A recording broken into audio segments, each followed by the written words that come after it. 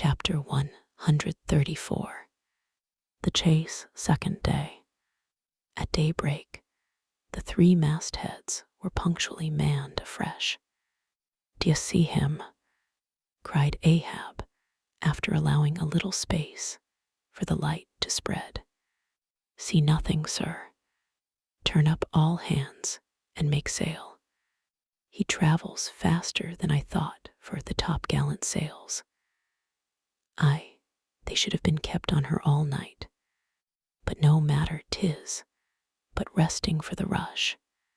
Here be it said, that this pertinacious pursuit of one particular whale continued through day into night, and through night into day, is a thing by no means unprecedented in the South Sea fishery, for such is the wonderful skill, prescience of experience, and invincible confidence acquired by some great natural geniuses among the Nantucket commanders, that from the simple observation of a whale when last descried, they will, under certain given circumstances, pretty accurately foretell both the direction in which he will continue to swim for a time, while out of sight, as well as his probable rate of progression during that period, and in these cases, somewhat as a pilot, when about losing sight of a coast, whose general trending he well knows, and which he desires shortly to return to again, but at some further point. Like as this pilot stands by his compass, and takes the precise bearing of the cape at present visible, in order the more certainly to hit aright the remote, unseen headland, eventually to be visited. So does the fisherman at his compass with the whale, for after being chased and diligently marked through several hours of daylight, then, when night obscures the fish, the creature's future wake through the darkness is almost as established to the sagacious mind of the hunter as the pilot's coast is to him, so that to this hunter's wondrous skill, the proverbial evanescence of a thing writ in water, awake, is to all desired purposes well nigh as reliable as the steadfast land, and as the mighty iron leviathan of the modern railway is so familiarly known in its every pace, that, with watches in their hands, men time his rate as doctors that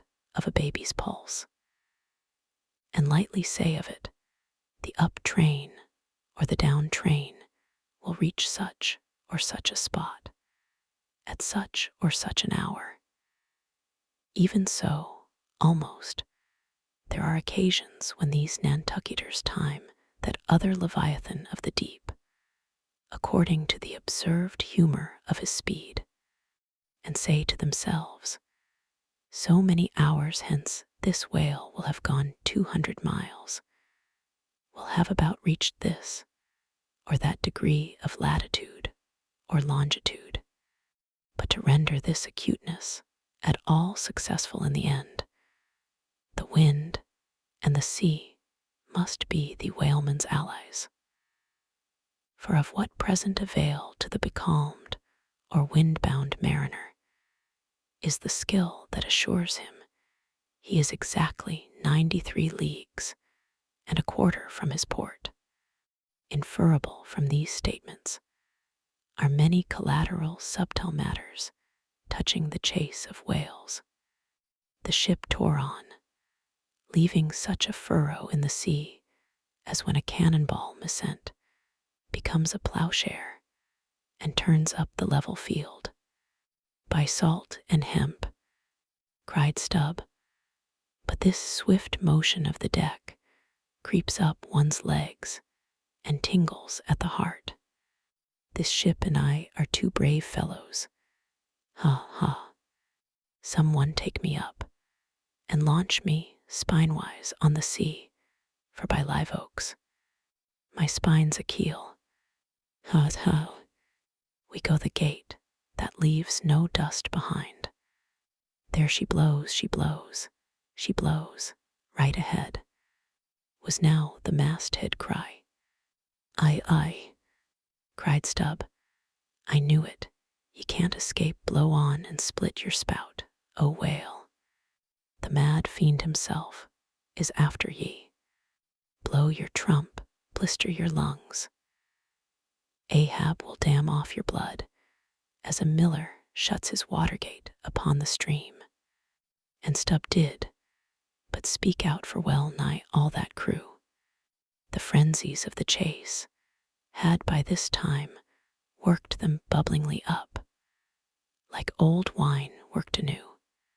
Whatever pale fears and forebodings some of them might have felt before, these were not only now kept out of sight through the growing awe of Ahab, but they were broken up, and on all sides rooted, as timid prairie hares that scatter before the bounding bison. The hand of fate had snatched all their souls, and by the stirring perils of the previous day, the rack of the past night's suspense, the fixed, unfearing, blind, reckless way in which their wild craft went plunging towards its flying mark, by all these things, their hearts were bowled along. The wind that made great bellies of their sails, and rushed the vessel on by arms invisible as irresistible. This seemed the symbol of that unseen agency which so enslaved them to the race. They were one man, not 30, for as the one ship that held them all, though it was put together of all contrasting things, oak and maple, and pine wood, iron and pitch, and hemp. Yet all these ran into each other in the one concrete hull, which shot on its way, both balanced and directed by the long central keel. Even so, all the individualities of the crew, this man's valor, that man's fear, guilt and guiltiness, all varieties were welded into oneness, and were all directed to that fatal goal which Ahab, their one lord and keel, did point to. The rigging lived. The mastheads, like the tops of tall palms, were outspreadingly tufted with arms and legs. Clinging to a spar with one hand, some reached forth the other with impatient wavings. Others, shading their eyes from the vivid sunlight, sat far out on the rocking yards, all the spars in full bearing of mortals, ready and ripe for their fate. How they still strove through that infinite blueness to seek out the thing that might destroy them. Why sing ye not out for him, if ye see him? Cried Ahab, when, after the lapse of some minutes since the first cry, no more had been heard. Sway me up, men. Ye have been deceived. Not Moby Dick casts one odd jet that way, and then disappears. It was even so.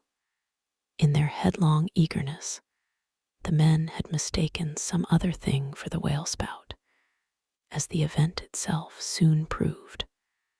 For hardly had Ahab reached his perch, hardly was the rope belayed to its pin on deck, when he struck the keynote to an orchestra that made the air vibrate as with the combined discharges of rifles. The triumphant halloo of 30 buckskin lungs was heard, as much nearer to the ship than the place of the imaginary jet. Less than a mile ahead, Moby Dick bodily burst into view, for not by any calm and indolent spoutings, not by the peaceable gush of that mystic fountain in his head, did the white whale now reveal his vicinity, but by the far more wondrous phenomenon of breaching. Rising with his utmost velocity from the furthest depths, the sperm whale thus booms his entire bulk into the pure element of air, and piling up a mountain of dazzling foam, shows his place to the distance of 7 miles and more. In those moments, the torn, enraged waves he shakes off seem his mane. In some cases, this breaching is his act of defiance. There she breaches, was the cry, as in his immeasurable bravadoes, the white whale tossed himself salmon-like to heaven, so suddenly seen in the blue plain of the sea, and relieved against the still bluer margin of the sky. The spray that he raised, for the moment, intolerably glittered and glared like a glacier, and stood there, gradually fading and fading away from its first sparkling intensity to the dim mistiness of an advancing shower in a veil. "I breach your last to the sun, Moby Dick," cried Ahab. "Thy hour and thy harpoon are at hand. Down, down all of ye, but one man at the fore. The boats stand by, unmindful of the tedious rope ladders of the shrouds. The men, like shooting stars, slid to the deck by the isolated backstays and halyards, while Ahab, less dartingly, but still rapidly, was dropped from his perch. "Lower away," he cried, so soon as he had reached his boat, a spare one, rigged the afternoon previous. "Mr. Starbuck, the ship is thine. Keep away from the boats, but keep near them. Lower all," as if to strike a quick terror into them. By this time being the first assailant himself, Moby Dick had turned and was now coming for the 3 crews. Ahab's boat was central, and cheering his men, he told them he would take the whale head and head, that is, pull straight up to his forehead, a not uncommon thing, for when within a certain limit, such a course excludes the coming onset from the whale's sidelong vision.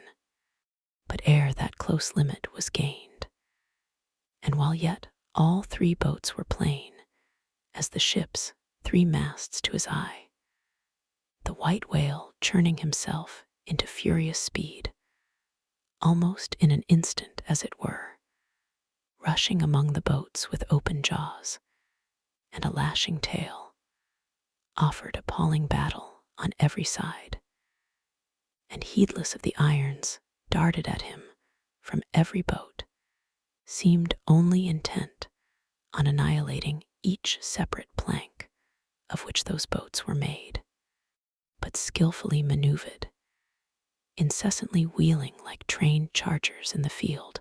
The boats for a while eluded him, though at times but by a plank's breadth, while all the time Ahab's unearthly slogan tore every other cry but his to shreds. But at last, in his untraceable evolutions, the white whale so crossed and recrossed, and in 1,000 ways entangled the slack of the 3 lines now fast to him, that they foreshortened, and, of themselves, warped the devoted boats towards the planted irons in him, though now, for a moment, the whale drew aside a little, as if to rally for a more tremendous charge.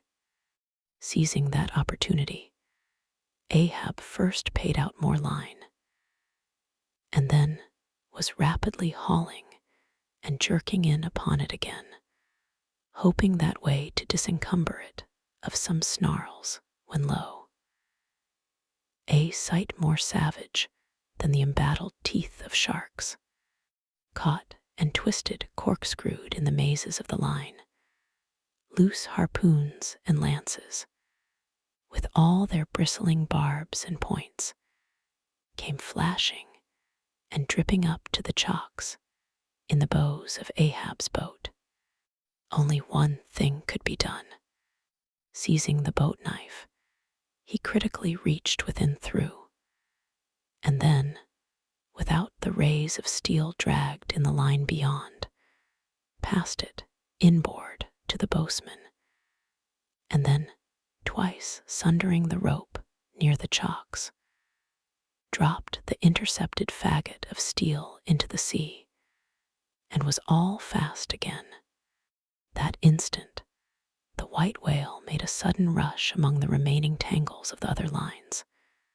By so doing, irresistibly dragged the more involved boats of Stubb and Flask towards his flukes, dashed them together like two rolling husks on a surf-beaten beach, and then, diving down into the sea, disappeared in a boiling maelstrom, in which, for a space, the odorous cedar chips of the wrecks danced round and round, like the grated nutmeg in a swiftly stirred bowl of punch, while the two crews were yet circling in the waters, reaching out after the revolving line tubs, oars, and other floating furniture, while a slope little Flask bobbed up and down like an empty vial, twitching his legs upwards to escape the dreaded jaws of sharks.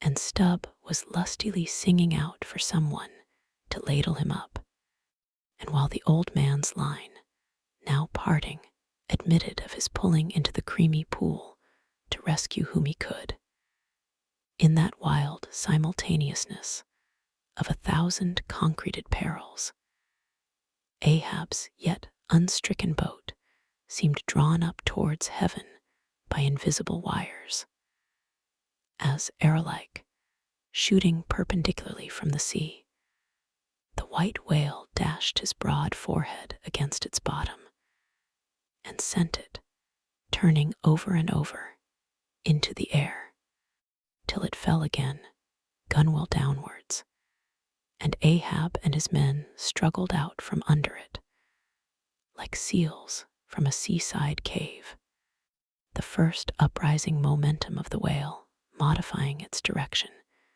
as he struck the surface, involuntarily launched him along it, to a little distance from the center of the destruction he had made. And with his back to it, he now lay for a moment, slowly feeling with his flukes from side to side. And whenever a stray oar, bit of plank, the least chip or crumb of the boats touched his skin, his tail swiftly drew back and came sideways, smiting the sea. But soon, as if satisfied that his work for that time was done, he pushed his pleated forehead through the ocean, and trailing after him the intertangled lines, continued his leeward way at a traveler's methodic pace. As before, the attentive ship, having descried the whole fight, again came bearing down to the rescue, and dropping a boat, picked up the floating mariners, tubs, oars, and whatever else could be caught at, and safely landed them on her decks, some sprained shoulders, wrists, and ankles livid contusions, wrenched harpoons and lances, inextricable intricacies of rope, shattered oars and planks.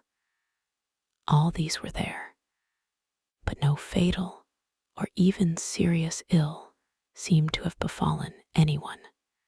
As with Fedallah the day before, so Ahab was now found grimly clinging to his boat's broken half, which afforded a comparatively easy float. Nor did it so exhaust him as the previous day's mishap. But when he was helped to the deck, all eyes were fastened upon him, as instead of standing by himself, he still half hung upon the shoulder of Starbuck, who had thus far been the foremost to assist him. His ivory leg had been snapped off, leaving but one short, sharp splinter. Aye, Starbuck, 'tis sweet to lean sometimes, be the leaner who he will. And would old Ahab had leaned oftener than he has. The ferrule has not stood, sir, said the carpenter, now coming up. Put good work into that leg. But no bones broken, sir, I hope, said Stubb, with true concern. Aye, and all splintered to pieces. Stubb, d'ye see it? But even with a broken bone, old Ahab is untouched, and I account no living bone of mine one jot more me than this dead one that's lost.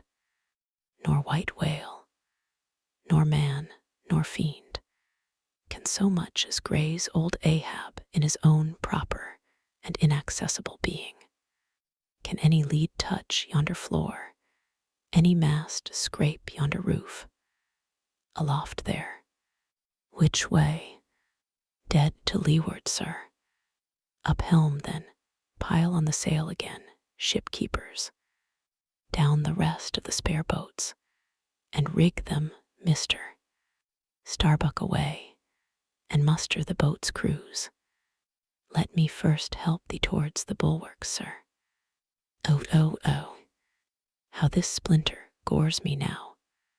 Accursed fate, that the unconquerable captain in the soul should have such a craven mate. Sir, my body, man, not thee. Give me something for a cane there. That shivered lance will do. Muster the men. Surely I have not seen him yet. By heaven it cannot be. Missing, quick.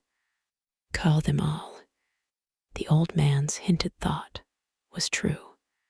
Upon mustering the company, the Parsee was not there. The Parsee, cried Stubb, he must have been caught in.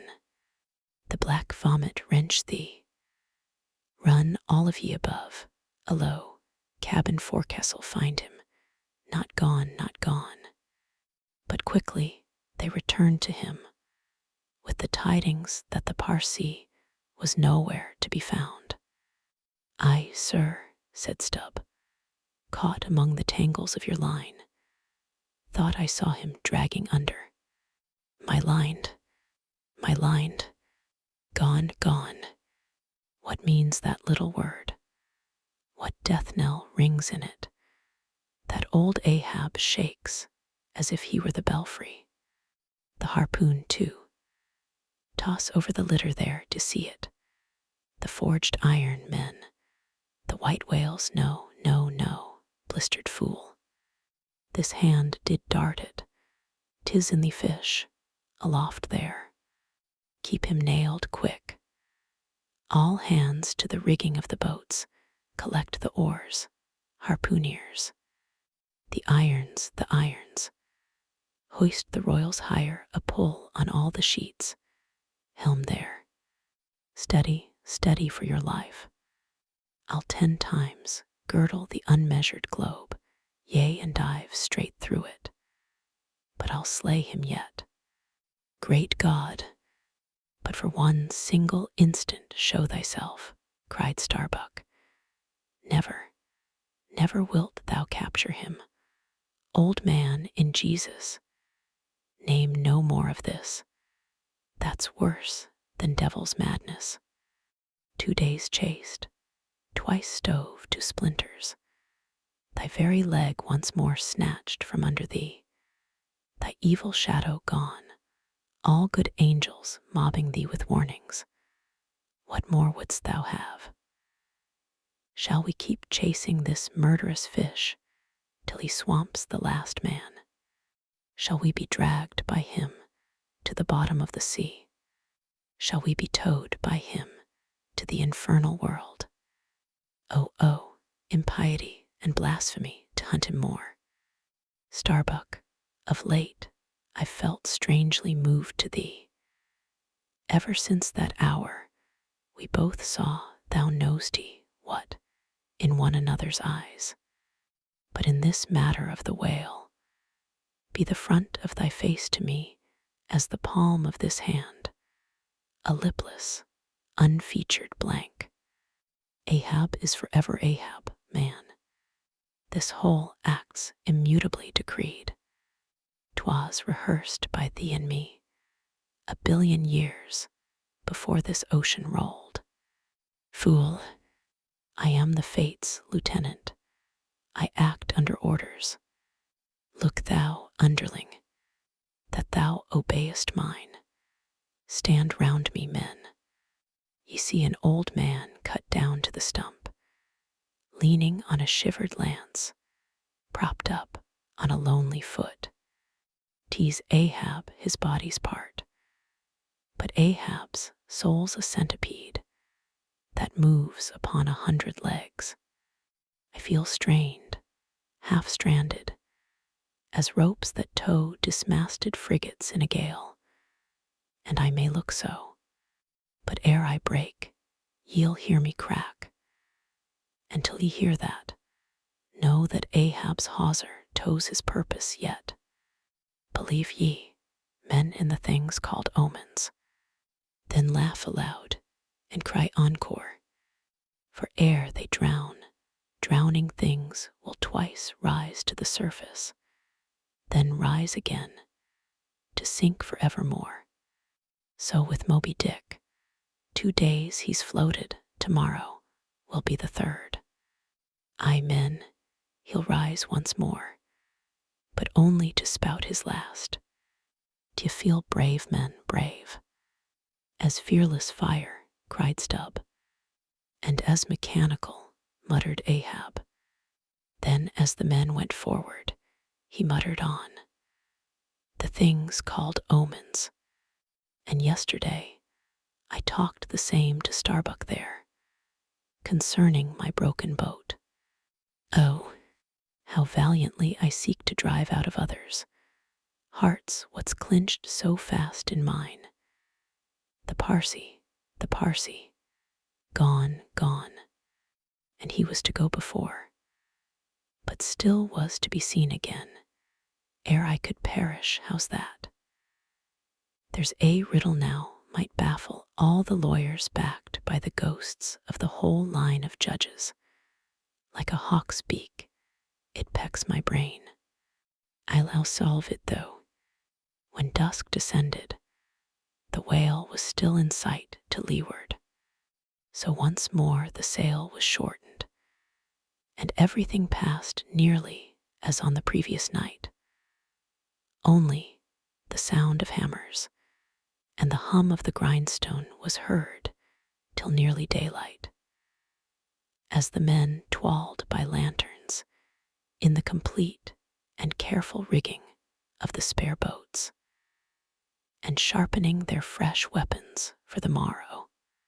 Meantime, of the broken keel of Ahab's wrecked craft, the carpenter made him another leg, while still as on the night before, slouched Ahab stood fixed within his scuttle, his hid, heliotrope glance anticipatingly gone backward on its dial, sat due eastward for the earliest sun. Chapter 135. The chase, 3rd day. The morning of the 3rd day dawned fair and fresh, and once more the solitary nightman at the foremast head was relieved by crowds of the daylight lookouts, who dotted every mast and almost every spar. D'ye see him? Cried Ahab, but the whale was not yet in sight. In his infallible wake, though, but follow that wake, that's all. helm there steady as thou goest, and hast been going. What a lovely day again, were it a new-made world, and made for a summer house to the angels. And this morning, the first of its throwing open to them, a fairer day could not dawn upon that world. Here's food for thought, had Ahab time to think. But Ahab never thinks. He only feels, feels, feels. That's tingling enough for mortal man. To think's audacity. God only has that right and privilege. Thinking is, or ought to be, a coolness and a calmness, and our poor hearts throb, and our poor brains beat too much for that. And yet, I've sometimes thought my brain was very calm, frozen calm. This old skull cracks so, like a glass in which the contents turn to ice, and shiver it. And still this hair is growing now, this moment growing, and heat must breed it. But no, it's like that sort of common grass that will grow anywhere, between the earthy clefts of Greenland ice, or in Vesuvius lava. How the wild winds blow it. They whip it about me, as the torn shreds of split sails lash the tossed ship they cling to. A vile wind that has no doubt blown ere this through prison corridors and cells and wards of hospitals and ventilated them, and now comes blowing hither as innocent as fleeces. Out upon it, it's tainted. Were I the wind, I'd blow no more on such a wicked, miserable world. I'd crawl somewhere to a cave and slink there. And yet, 'tis a noble and heroic thing, the wind. Who ever conquered it? In every fight it has the last and bitterest blow. Run tilting at it, and you but run through it. Oh, a coward wind that strikes stark naked men, but will not stand to receive a single blow. Even Ahab is a braver thing, a nobler thing than that. Would now the wind but had a body. But all the things that most exasperate and outrage mortal man, all these things are bodiless, but only bodiless as objects, not as agents. There's a most special, a most cunning, oh, a most malicious difference. And yet I say again, and swear it now, that there's something all glorious and gracious in the wind. These warm trade winds, at least, that in the clear heavens blow straight on, in strong and steadfast, vigorous mildness, and veer not from their mark, however the baser currents of the sea may turn and tack, and mightiest Mississippis of the land swift and swerve about, uncertain where to go at last. And by the eternal poles, these same trades that so directly blow my good ship on these trades, or something like them, something so unchangeable, and full as strong, blow my keeled soul along. To it, aloft there, what d'ye see? Nothing, sir, nothing. A noon at hand, the doubloon goes a-begging. See the sun. Aye, it must be so. I've oversailed him. How got the start? Aye, he's chasing me now. Not I him, that's bad. I might have known it too. Fool. The lines, the harpoons he's towing. Aye, I have run him by last night. About. Come down, all of ye, but the regular lookouts. Man the braces. Steering as she had done, The wind had been somewhat on the Pequod's quarter, so that now being pointed in the reverse direction, the braced ship sailed hard upon the breeze as she returned the cream in her own white wake. Against the wind he now steers for the open jaw, murmured Starbuck to himself, as he coiled the new-hauled main brace upon the rail. God keep us, but already my bones feel damp within me, and from the inside wet my flesh. I misdoubt me that I disobey my God in obeying him. Stand by to sway me up, cried Ahab, advancing to the hempen basket. We should meet him soon. Aye, aye, sir, and straightway Starbuck did Ahab's bidding, and once more Ahab swung on high. A whole hour now passed, gold beaten out to ages. Time itself now held long breaths with keen suspense.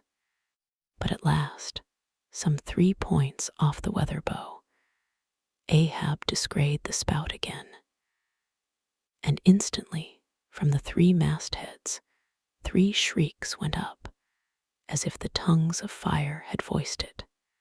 Forehead to forehead I meet thee, this 3rd time, Moby Dick. On deck there, brace sharper up, crowd her into the wind's eye. He's too far off to lower yet, mister. Starbuck, the sails shake. Stand over that helmsman with a topmaul. So, he travels fast, and I must down. But let me have one more good round look aloft here at the sea. There's time for that. An old, old sight, and yet somehow so young. Aye, and not changed a wink since I first saw it. A boy from the sandhills of Nantucket. The same to Noah as to me. There's a soft shower to leeward. Such lovely leewardings. They must lead somewhere, to something else than common land, more palmy than the palms. Leeward, the white whale goes that way. Look to windward then, the better if the bitterer quarter. But goodbye, old masthead. What's this, green? Aye, tiny mosses in these warped cracks. No such green, weather stains on Ahab's head. There's the difference now, between man's old age and matter. But I, old mast, we both grow old together. Sound in our hulls, though, are we not, my ship? I minus a leg, that's all.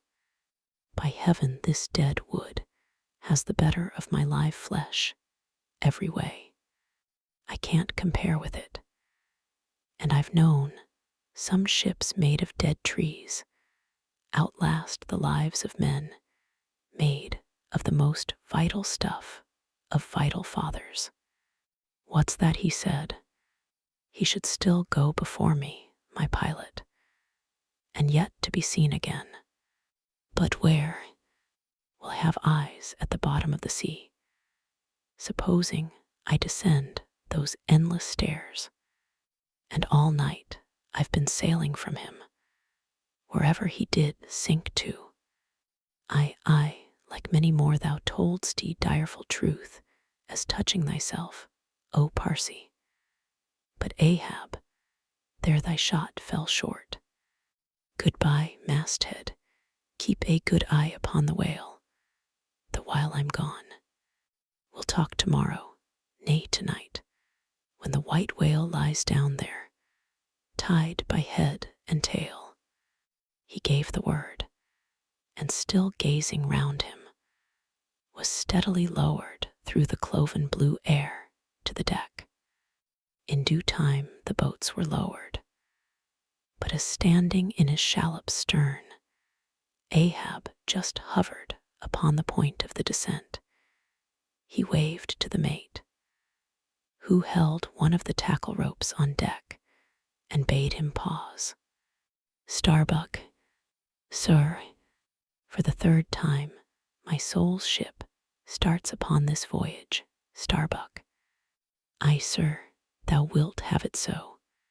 Some ships sail from their ports, and ever afterwards are missing. Starbuck. Truth, sir, saddest truth. Some men die at ebb tide, some at low water, some at the full of the flood. And I feel now like a billow that's all one crested comb. Starbuck. I am old. Shake hands with me, man. Their hands met, their eyes fastened. Starbuck's tears the glue. Oh, my captain, noble heart, go not, go not. See, it's a brave man that weeps. How great the agony of the persuasion then. Lower away, cried Ahab, tossing the mate's arm from him. Stand by the crew. In an instant, the boat was pulling round close under the stern. The sharks, cried a voice from the low cabin window there. O master, my master, come back. But Ahab heard nothing, for his own voice was high lifted then, and the boat leaped on. Yet the voice spake true, for scarce had he pushed from the ship, when numbers of sharks, seemingly rising from out the dark waters beneath the hull, maliciously snapped at the blades of the oars every time they dipped in the water, and in this way accompanied the boat with their bites. It is a thing not uncommonly happening to the whaleboats in those swarming seas. The sharks, at times, apparently following them in the same prescient way that vultures hover over the banners of marching regiments in the east. But these were the first sharks that had been observed by the Pequod since the white whale had been first descried. And whether it was that Ahab's crew were all such tiger-yellow barbarians, and therefore their flesh more musky to the senses of the sharks, a matter sometimes well known to affect them. However it was, they seemed to follow that one boat without molesting the others.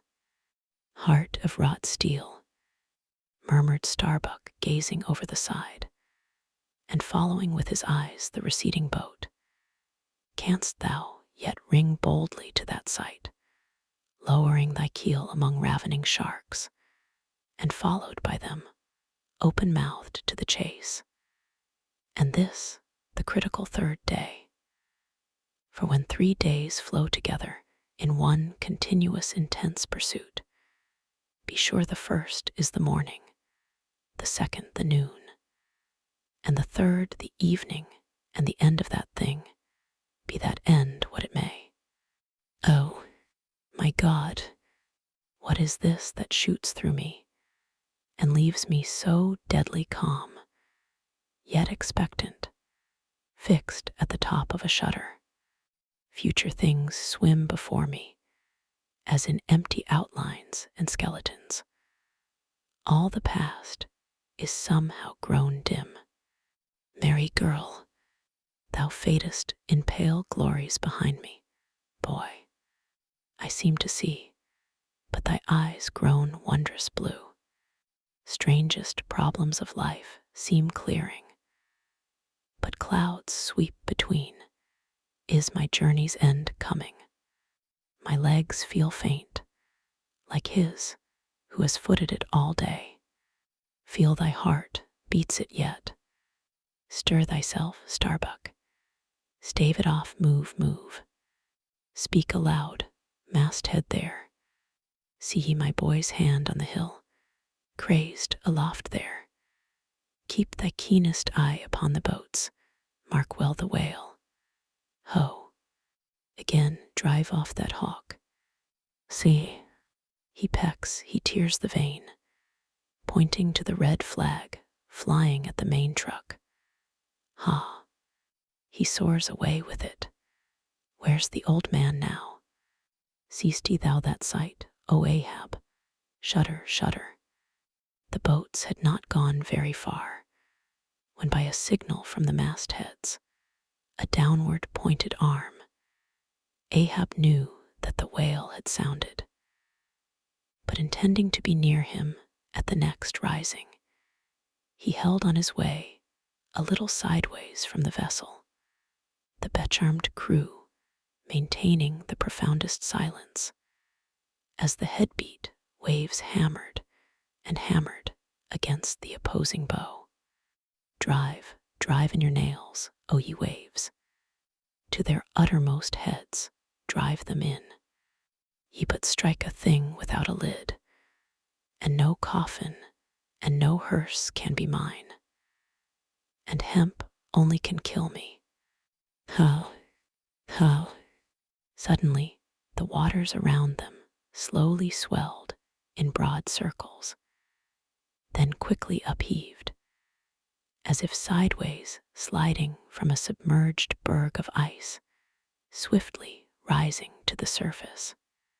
A low rumbling sound was heard, a subterraneous hum, and then all held their breaths, as bedraggled with trailing ropes and harpoons and lances. A vast form shot lengthwise, but obliquely from the sea, shrouded in a thin, drooping veil of mist. It hovered for a moment in the rainbowed air, and then fell swamping back into the deep.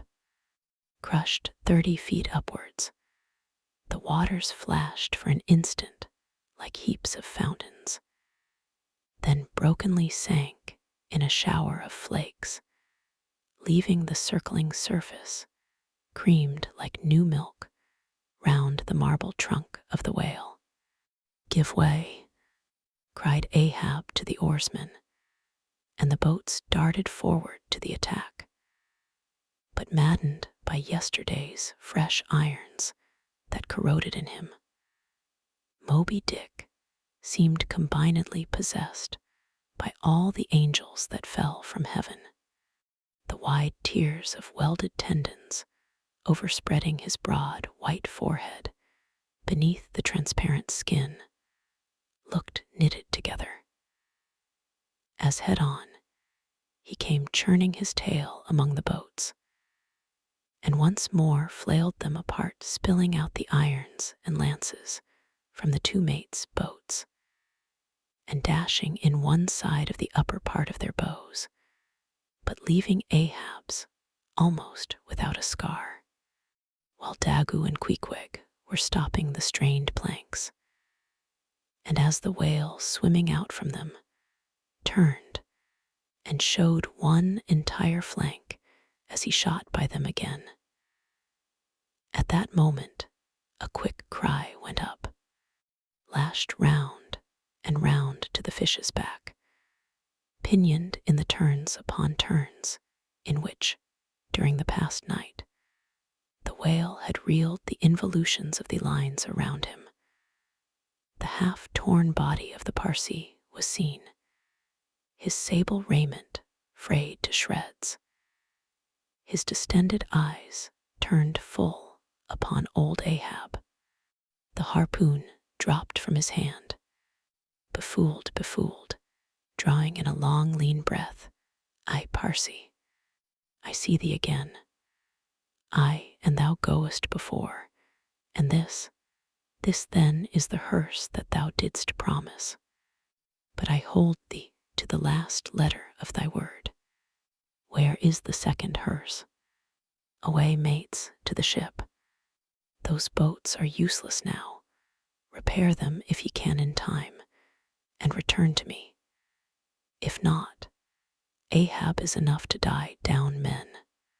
The first thing that but offers to jump from this boat I stand in. That thing I harpoon. Ye are not other men, but my arms and my legs, and so obey me. Where's the whale? Gone down again. But he looked too nigh the boat, for as if bent upon escaping with the corpse he bore, and as if the particular place of the last encounter had been but a stage in his leeward voyage, Moby Dick was now again steadily swimming forward, and had almost passed the ship, which thus far had been sailing in the contrary direction to him, though for the present her headway had been stopped. He seemed swimming with his utmost velocity, and now only intent upon pursuing his own straight path in the sea.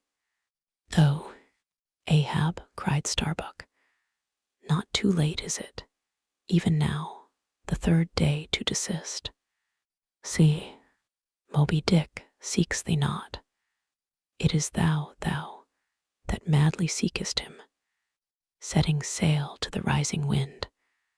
The lonely boat was swiftly impelled to leeward by both oars and canvas, and at last when Ahab was sliding by the vessel, so near as plainly to distinguish Starbuck's face as he leaned over the rail, he hailed him to turn the vessel about and follow him, not too swiftly, at a judicious interval.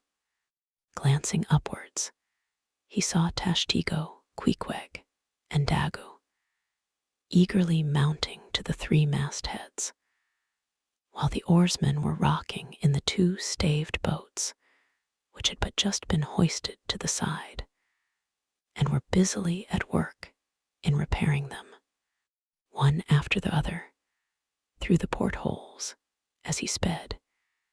He also caught flying glimpses of Stubb and Flask, busying themselves on deck among bundles of new irons and lances.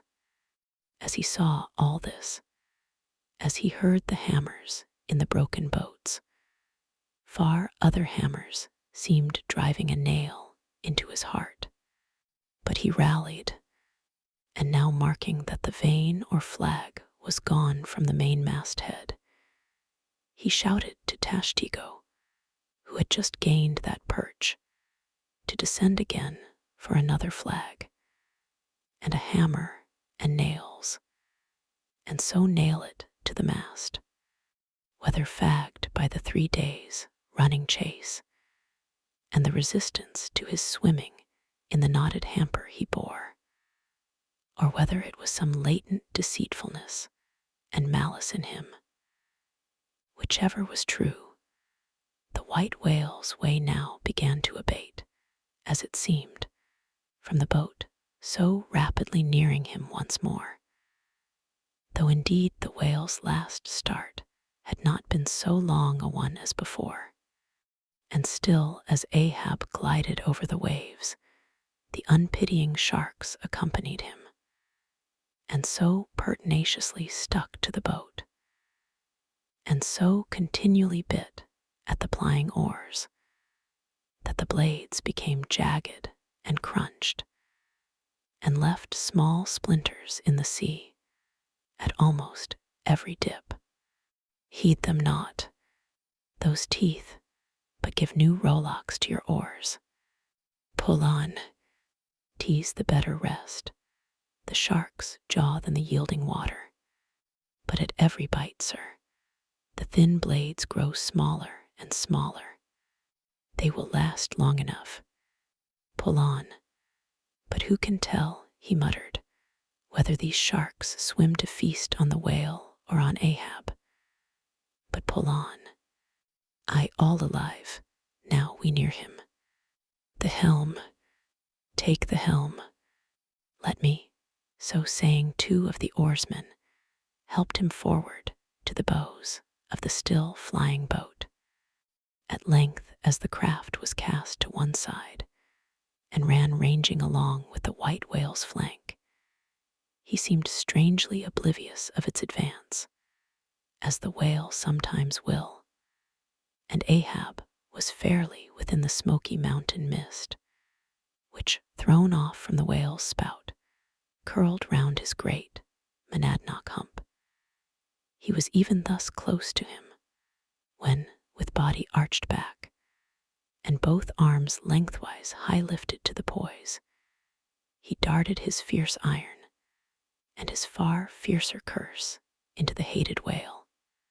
As both steel and curse sank to the socket, as if sucked into a morass, Moby Dick sideways writhed, spasmodically rolled his knife flank against the bow, and, without staving a hole in it, so suddenly canted the boat over that had it not been for the elevated part of the gunwale to which he then clung, Ahab would once more have been tossed into the sea.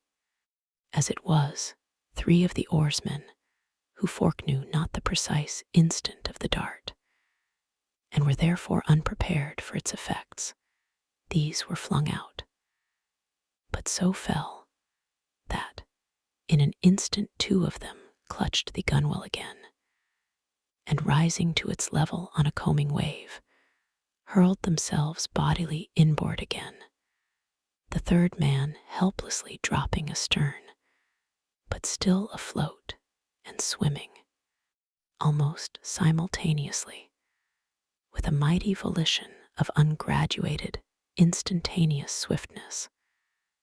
The white whale darted through the weltering sea, but when Ahab cried out to the steersman to take new turns with the line and hold it so, and commanded the crew to turn round on their seats and tow the boat up to the mark, the moment the treacherous line felt that double strain and tug, it snapped in the empty air. What breaks in me? Some sinew cracks.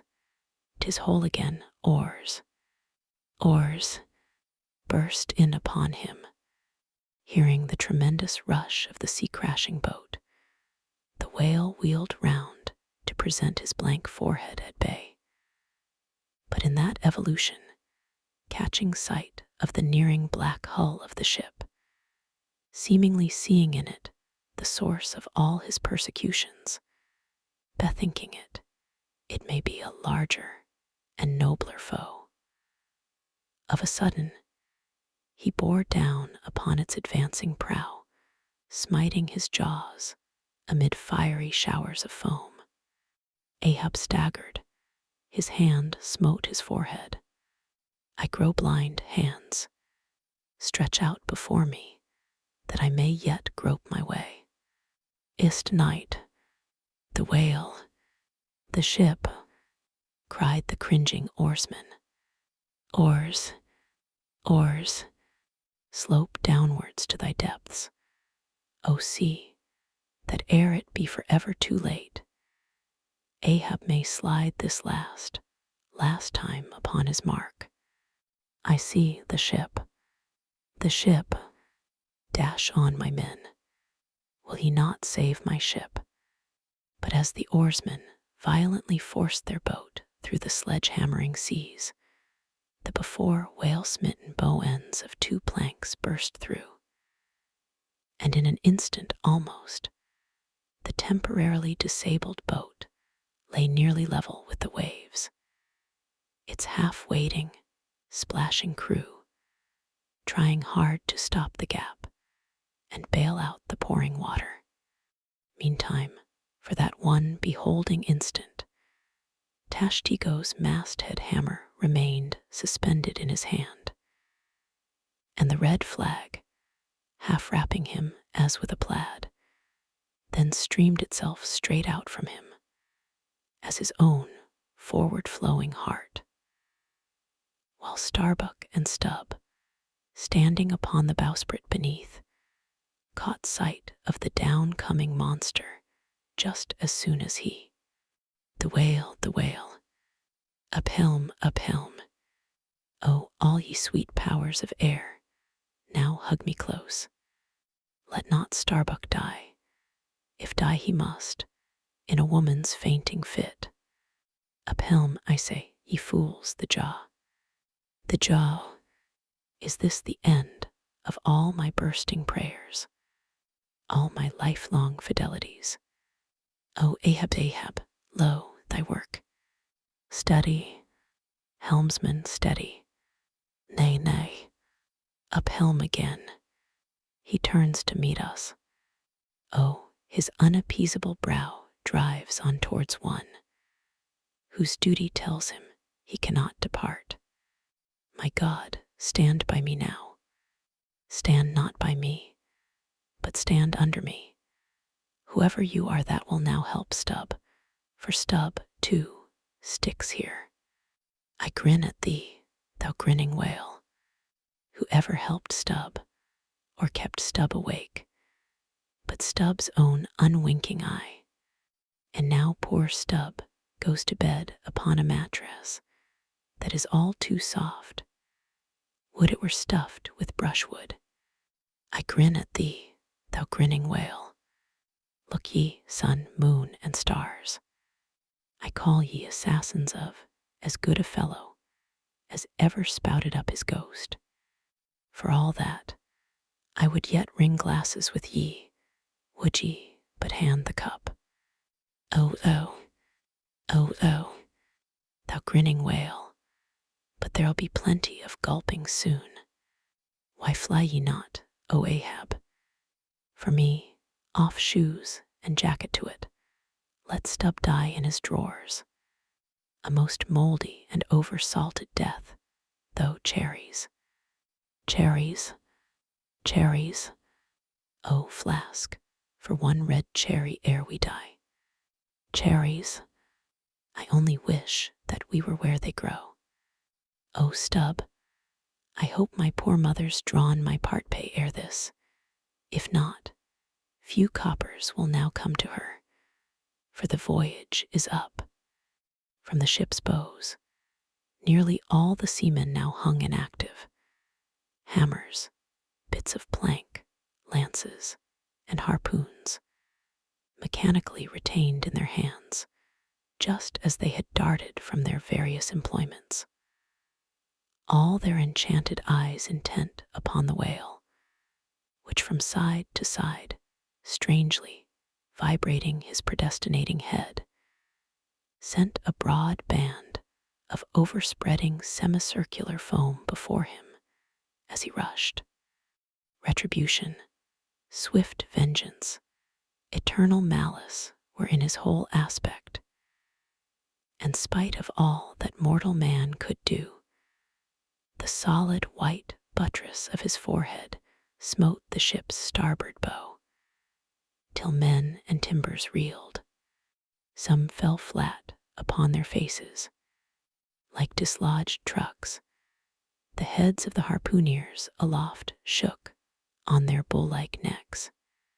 Through the breach, they heard the waters pour, as mountain torrents down a flume.